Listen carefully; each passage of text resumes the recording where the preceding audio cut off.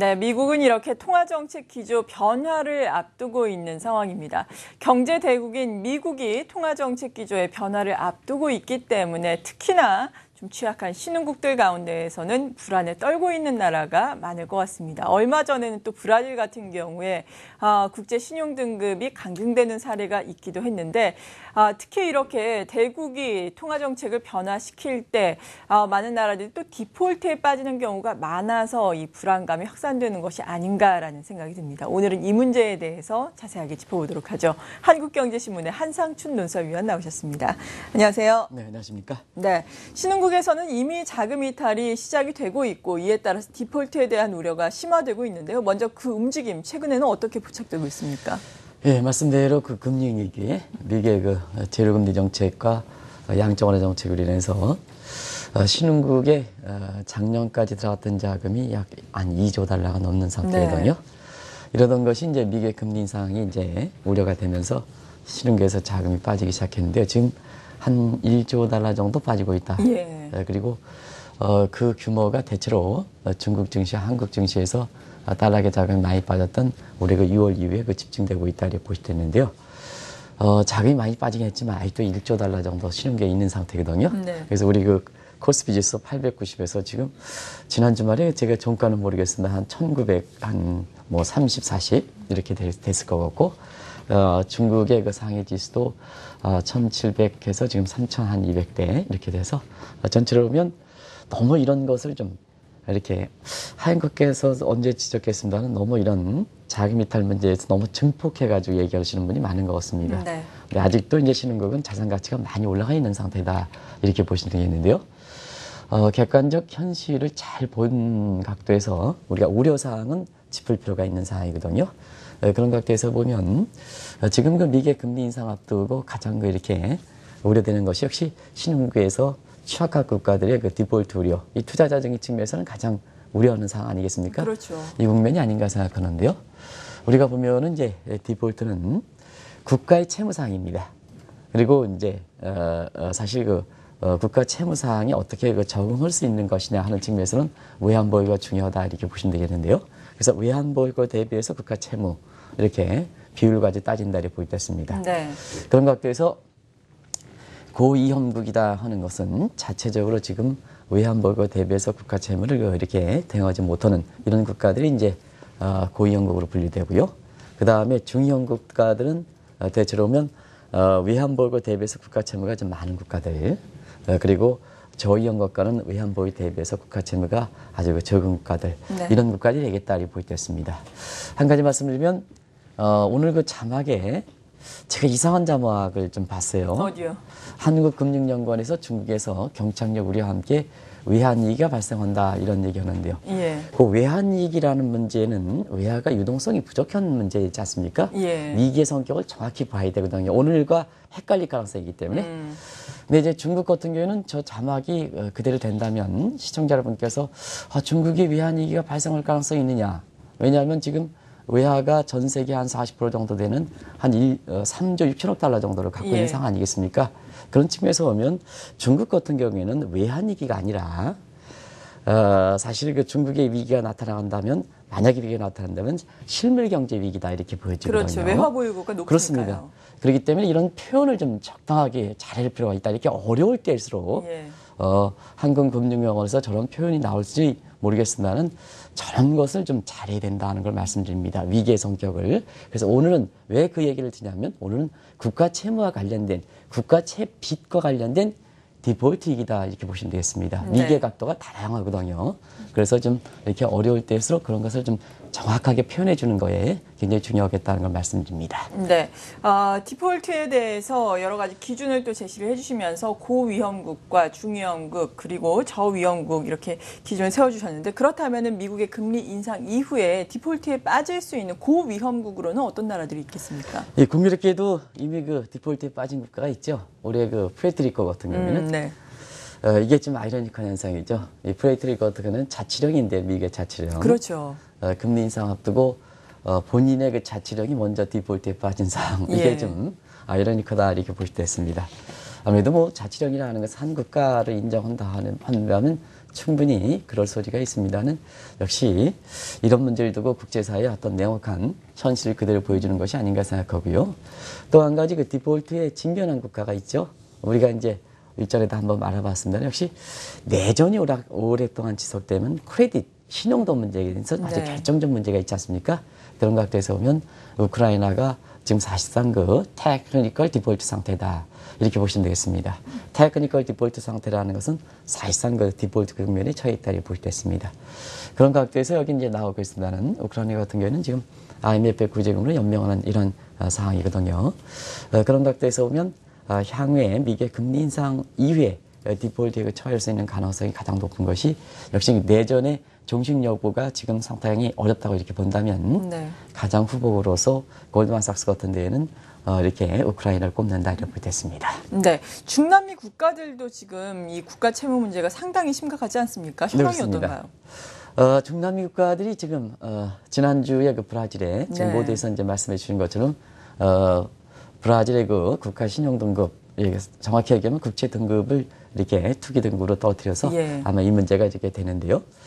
지금 보면은 중남미 국가들은 역시 유가와 같은 원자재 가격 의존에 따라서 많이 그 국가 경제가 좌우되지 않습니까? 그렇죠. 그리고 브라질 같은 경우에는 같은 그 브릭스의 하나지만 사실 중국 경제에 의존하는 비중이 상당히 높거든요. 왜냐하면 중국에 대한 수출 비중이 상당히 높기 때문에 그래서 전체적으로 보면 지금 중남미 국가들이 국가별로 그 차별화가 있지만 상당히 그 전체적으로 보면 중남미 국가들이 1990년대에 이어서 다시 한번 이러한 그 위기 상황에 몰리는 것이 아닌가 생각하는데요. 가장 그 우려스러운 국가는 역시 베네수엘라입니다. 네. 베네수엘라 같은 경우는 지금 오펙 국장에서 유가에 대한 채산성이 가장 안 좋은 국가거든요. 이 오펙 국가 중에서 대부분 이렇게 베네수엘라 같은 경우는 원유 채산성이 배럴당 한 150에서 160달러 정도는 유지해야 네. 됩니다. 근데 이것이 지금 배럴당 한 40달러 정도 되다 보니까 결과적으로 보면 베네수엘라 같은 경우는 디폴트 위험에 많이 이렇게 직면했던 상황이다 이렇게 볼 때는데요. 올해 1월까지는 푸에르토리코보다 더 심했습니다. 예. 그래서 사실 그 한국경제TV를 통해서도 그때 당시에 베네수엘라 상황에 대해서 정확히 좀 아주 정확하기보다는 상세하게 좀 말씀드린 적이 있는데요. 그러면 국제유가가 배럴당 40달러 붕괴 우려가 되다가 지금 한 44달러, 5달러, 6달러 정도로 좀 회복된 상태가 아니겠습니까? 네. 그래서 다소나마 베네수엘라 같은 경우는 디폴트 위기에 대해서 이렇게 최악의 상황은 벗어난 감이 있습니다는 역시 이 40달러대 국제유가는 과거의 100달러대 비해서는 완전히 낮은 수준이거든요. 그런 각도에서 보면 다소 숨통이 터지긴 했지만 그동안 유가가 아주 고유가에 있을 때 외환보유고를 이 베네수엘라 같은 금을 좀 많이 투자해서 매입해놓은 네. 상태입니다. 그래서 아직도 그 보유금을 통해서 사실상 지금 연명하는 이런 상태다 이렇게 볼 때 있습니다. 반대로 그 아르헨티나 같은 경우에는 지금은 작년 1년 전에 이 테크니컬 디폴트 상태다 해서 아마 하임커께서도 그때 방송을 진행하면서 아르헨티나 디폴트 얘기를 좀 많이 했을 겁니다. 작년 그렇죠, 이맘때쯤에. 예. 작년 이맘때쯤에.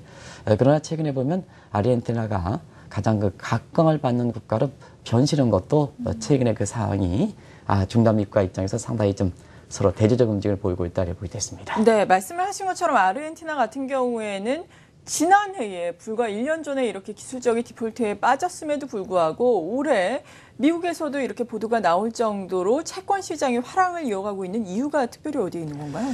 우리가 보면 이제 이렇게 원자재 가격이 하락해서 경제가 예. 좀 어려운 것은 비단 뭐 중남미 국가뿐만 아니라 중국과 이런 대부분 국가들, 러시아라든가 대부분 국가들이 어려운 거 아니겠습니까? 그렇죠. 심지어는 뭐 미국 자체도 이 국제유가가 이렇게 원자재 가격이 떨어지면 미국 경제는 녹록치 않은 것만 사실이거든요. 미국 경제도 지금 성장률이 뭐 그렇게 좋은 거는 아니거든요. 그런 것 같아서 전 세계에서 이런 그 원자재 가격이 떨어짐에 따라서 사실 뭐 원자재 수출국을 중심으로 해서 굉장히 좀 안 좋은 이런 상황인데요. 네. 근데 사실상 이런 국가들 중에서 가장 중요한 것이 역시 지금은 정정이 굉장히 중요하거든요. 정정이라는 것은 정치가 경제의 발목을 잡아서는 안 됩니다. 우리나라도 이제 대표적으로 이 국가 중에 한 국가로 지금 꼽혀 있는데요. 그런 상태에서 보면 아르헨티나는 이 크리스티나 페르난데스라는 지금 현재 대통령이죠. 네. 현재 대통령이 사실 정정에 이렇게 몰려 있어서 아르헨티나가 원자재 가격 하락과 함께 경제가 상당히 좀 어려워서 작년 같은 경우에는 기한부로 디폴트된 소위 테크니컬 디폴트된 상태거든요. 이 과정에서 아마 올해 그 삼성물산과 제일모직의 사실 합병 때 관련돼 있던 에리언 매니지먼트가 가장 핵심 성에 서 있습니다. 그래서 이때 그 채무 문제에 대해서 굉장히 좀 부정적 입장을 보임에 따라서 아르헨티나가 테크니컬 디폴트에 빠졌고, 그다음에 아르헨티나 국채 같은 경우는 아주 투기 등급으로 국제에서 이렇게 국제사회에서 이렇게 외면당했던 문제인데요. 지금 보면 이 국가들이 특별히 뭐 원재 가격이라든가 이런 측면에서 그렇게 지금 살아난 것은 아니거든요. 네. 근데 신흥국에서 보면 이 정정이라는 게 한국의 여야 간의 국회의원이라든가 이런 분들 한번 잘 생각해 보시기 바랍니다. 이 정정이라는 게 얼만큼 중요한 거냐면, 이 크리스티아나 페르난데스가 지금 다음 달 25일 날 아르헨티나 대통령이 있습니다. 네. 그래서 연임에 걸려 있어가지고 대통령 선거. 네. 대통령 선거에 있어서 연임에 걸려 있어서 국민의 신인도 그와 관계없이 못 나오게 되거든요. 그러다 보니까 이 아르헨티나가 작년 1년 전에 국제사회에 외면당했던 테크니컬 디폴트 상태가 사실상 정전 불안만 끝나면 아르헨티나의 그 어떤 그 펀더멘탈 측면에서 볼 때는 경제 회복에 대한 기대가 있지 않느냐, 이렇게 판단이 될 수가 있겠거든요. 네.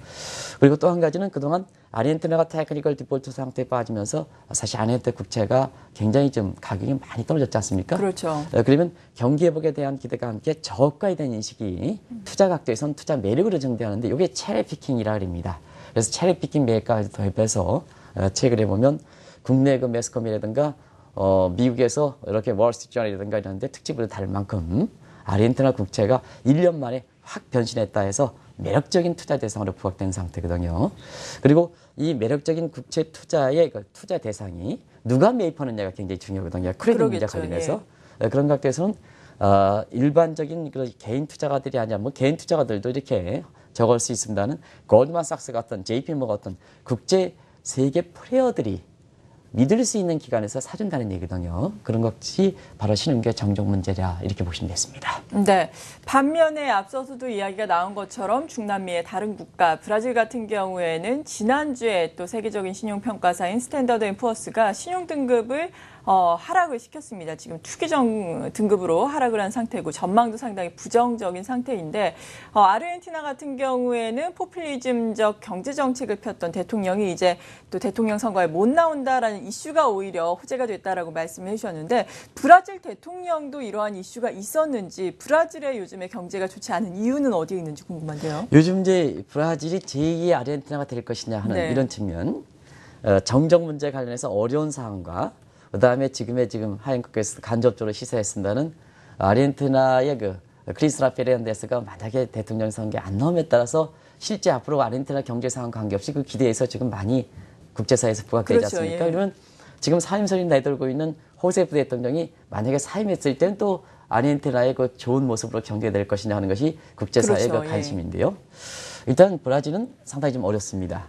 그래서 이전에 한번 한국경제TV를 통해서는 올해 4월인가 5월 달에 제가 호세프 대통령보다 호세프 대통령이 푸틴 대통령을 더 거기 푸틴 대통령 어렵지만 호세프 대통령이 푸틴 대통령을 더 어렵게 이렇게 보는 이유는 뭘까 하는 그 각도에서 아마 브라질 문제에 자세하게 말씀드렸습니다는 아르헨티나가 작년에 가졌던 문제를 고스란히 다 갖고 있다고 보여졌습니다. 네. 그래서 원재 가격 하락 문제, 그다음에 중국 경기 둔화 문제, 그리고 이 호세프 대통령이 정정이 아주 지금 휩싸이는 상태 아니겠습니까? 예. 그래서 아마 시청자 여러분 월드컵 작년에 이렇게 됐을 때 월드컵이 진행되는데도 불구하고 이렇게 공권력에 의해서 도심에 이렇게 시위하는 이런 문제가 이렇게 정리가 되지 않는, 그래서 월드컵에 간 사람도 공항에서 이렇게 월드컵 경기장까지 갈 때 한 경기를 놓칠 만큼 굉장히 정리가 되지 않는 예. 이런 모습이 되는데, 그게 벌써부터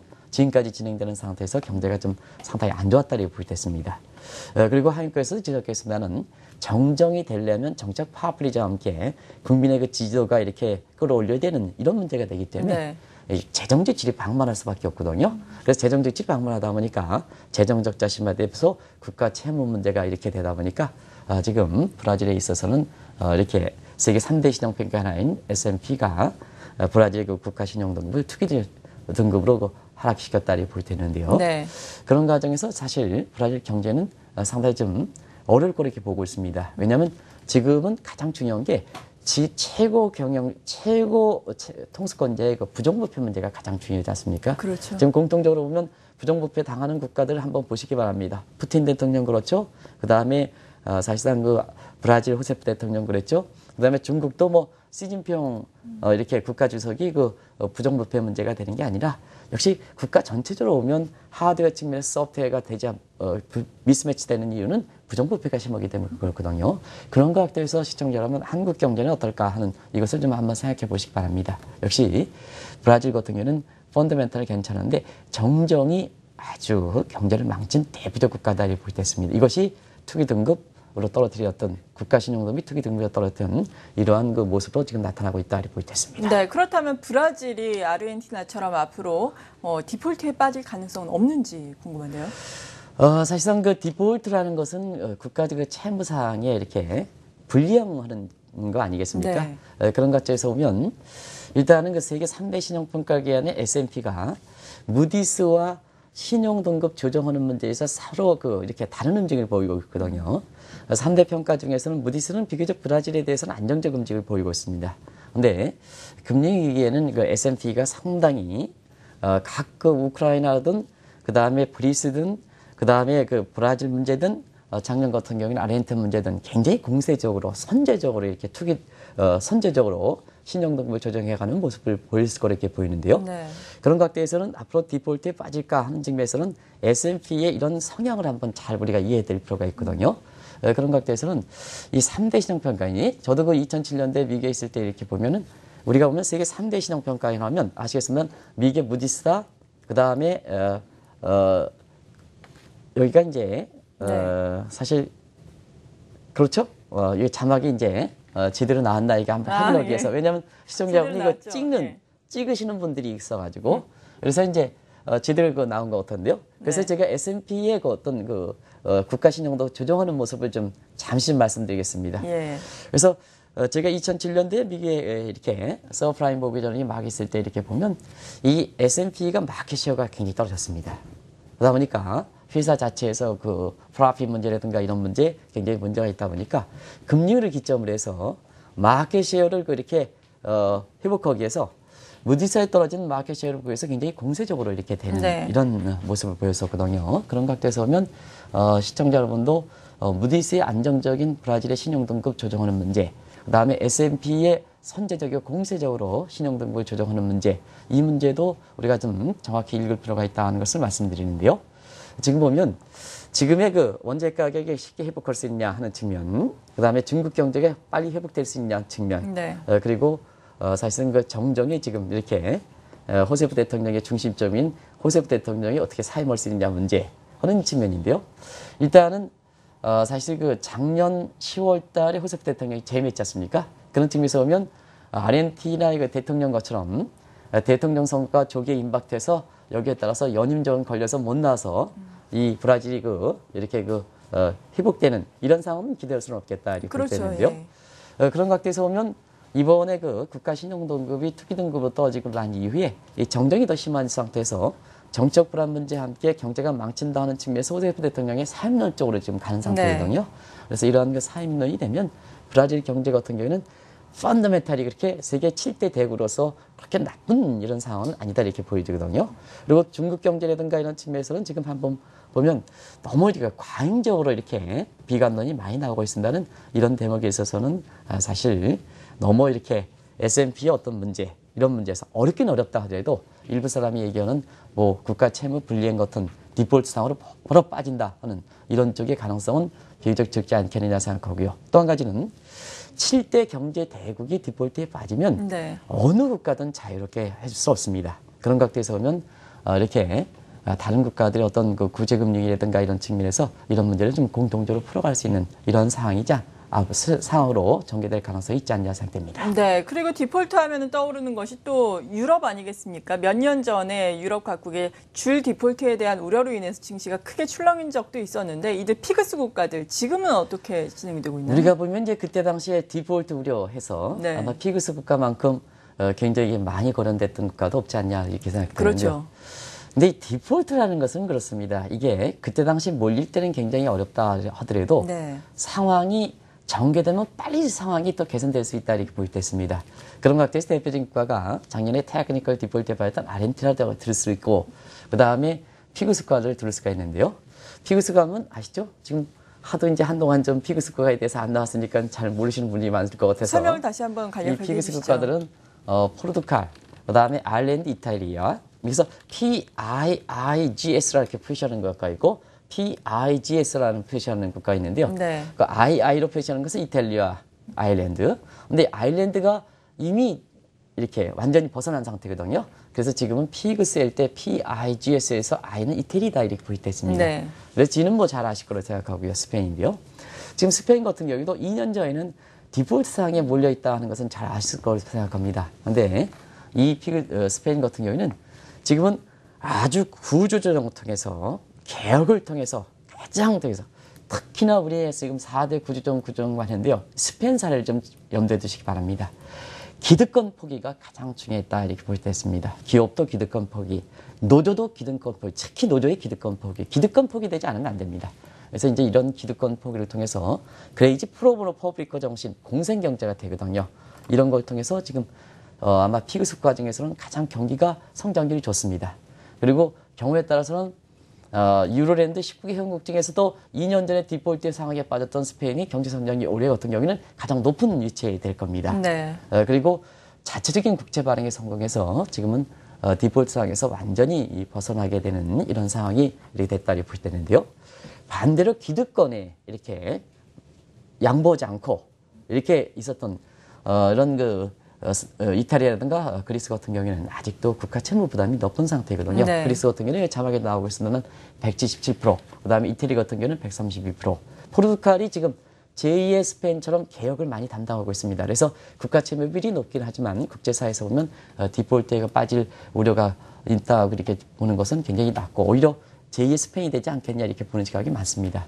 그런 것들에서 보면 지금은 결국은 이 디폴트 사항에 빠질 때는 굉장히 극한적인 비관론이 되다가 결국은 개선될 때는 아르헨티나라든가 스페인의 사례 또 아일랜드 사례처럼 빨리 개선된다. 이게 국가 채무 문제다. 근데 가장 중요한 것은 역시 이 문제에서 기득권을 어떻게만큼 포기하느냐, 정치권이 기득권을 얼만큼 포기하느냐 이 문제에 달려있다 이렇게 보겠습니다. 네. 그리고 우리나라에 대해서도 마지막으로 이야기를 하고 넘어가면 좋을 것 같은데 우리나라야 뭐 디폴트 위기와는 멀리 동떨어진 나라지만 그래도 요 며칠 많이 나오는 기사가 내년 예산안 내에서 국가 채무 비율이 처음으로 40%대를 돌파한다라는 소식이거든요. 오늘 내일 또 마침 기재부의 국감이 열리게 됐는데 초이노믹스가 이래서 심판대에 올랐다라고 많이들 보도를 하고 있더라고요. 어떻게 바라봐야 될까요? 네, 내년 예산안이 앞으로 경기가 좀 어렵다 보니까 네. 아무래도 경기 부양적인 차원에서 사실상 정부의 지출이 많다 보니까 결국 내년에 국가 채무율이 늘어날 수밖에 없고 예. 지금 말씀하신 대로 GDP 대비해서 한 40% 정도 되다 보니까 결과적으로 위험세가 이렇게 되는 게 아니냐 해서 지금 초이노믹스가 시험대에 이렇게 오른다. 저는 하인커께서 그렇게 평가하는 부분이 굉장히 크게 들리는 것 같아요. 제가 평가한 건 아니고요. 많이들 그렇게 근데, 평가를 하고 있더라고요. 우리가 보면 이제 자막에서 이 국가 채무가 어떤 범위까지 포함될까 하는 네. 것을 좀 자세히 아실 필요가 있다 하는데요. 자막이 좀 안 나오고 있습니다는 자막을 한번 설명드린 적이 있습니다. 네. 요건 이제 더 이상 설명드리지 않겠습니다. 근데 우리는 이제 국제 기준을 볼 때는 신흥국 같은 경우는 국가 채무의 위험 수입 비율이 70%거든요. 그래서 그렇기 때문에 40%는 그렇게 위험한 수준은 아니다 이렇게 네. 보여지는데요. 한 가지 말씀드리면 우리가 보면 절대적인 국가 채무라든가 GDP 대비해서 국가 채무 비율 이것이 그렇게 위험 수준이 아닙니다는 우리가 이제 보면 아르헨티나 문제라든가 브라질 문제라든가 이런 거 보면 정쟁이 결과적으로 경제를 망친다. 이렇게 이제 보시면 되겠거든요. 정치가, 예. 그런 측면에서 보면 한국도 그런 측면에서 우려하는 대목이 있지 않겠나 하는 생각이 듭니다. 더더구나 내년도의 정치라든가 이런 측면에서. 그리고 또 한 가지는 오늘 이런 말씀을 드리겠습니다. 이런 대여건이 좀 항상 좋은 건 아닙니다. 네. 좋을 때 없을 겁니다, 앞으로. 대여건이 좋을 때는 거의 없을 겁니다. 그런 측면에서 보면 우리가 최근에 이렇게 미국의 금리 인상 문제라든가 중국의 경제 문제라든가 이런 측면에서 보면 해당국은 경제를 안정시키고 금융시장 안정시키고 그런 거 브라질 정부도 그렇고 아르헨티나 정부도 그렇고 러시아 정부도 모든 정책 당국자는 어려우면 사실 경제를 안정시키고 그런 마음들은 다 있을 겁니다. 이런 마음인데요. 근데 최근에 보면 우리나라는 여야 간의 국회의원이 그런 마음을 갖고 있을까 하는 이런 측면이 국민들한테 와닿지는 않는 상태입니다. 이런 것이 좀 한국 경제 입장에서 상당히 좀 어려운데요. 이번 주에 미국의 금리 인상 앞두고 있지 않습니까? 네. 그래서 여러 가지 이제 많은 사람들이 얘기할 거를 이렇게 봅니다. 그런 측면에서 보면 제가 영어를 못하지만 영어 세자 가지고 우리가 이런 G2 문제에 대해서 어떻게 입장할까 하는 것을 말씀드리면 네. 이 문제에 대해서 because of라 뭐뭐 때문이다 해가지고 비관론으로 얘기하시는 분이 있는가 하면 in spite of 그럼에도 불구하고 한국 경제 살아가야 되지 않습니까? 한국 국민 살아가야 되지 않습니까? 긍정적 마인드. 그리고 위기는 기회다 해서 이런 G2 문제에 대해서 사실상 thanks to 해가지고 뭐뭐 덕분에 한국 경제 살아났다 하는 이런 측면에서 because of로 해석하는 시각보다는 in spite of나 아니면 thanks to 이런 정도로 해서 이 문제를 풀어가야지 이 문제 가지고 미국의 금리 인상 문제고 한국 경제가 망친다, 비관적이다 이렇게 얘기하면 사실상 결국은 어려운 거는 시청자 여러분과 국민들입니다. 그런 측면에서 보면 이런 쪽에 좀 생각을 아침에 좀 한번 좀 해보고 싶습니다. 오늘 미국의 금리 인상 이렇게 여러 가지 네. 하니까 많은 얘기들이 나오겠죠? 그래서 결국은 그 문제는 미국의 문제고 사실 우리가 어떻게 그것을 가져가느냐 자세 문제가 중요하거든요. 그런 것에 대해서는 한번 오늘 이렇게 말씀드리고 싶은 사항이 꼭 그런 사항이다 하는 걸 말씀드립니다. 네, 한국경제신문의 한상춘 논설위원이었습니다. 감사합니다. 네, 고맙습니다.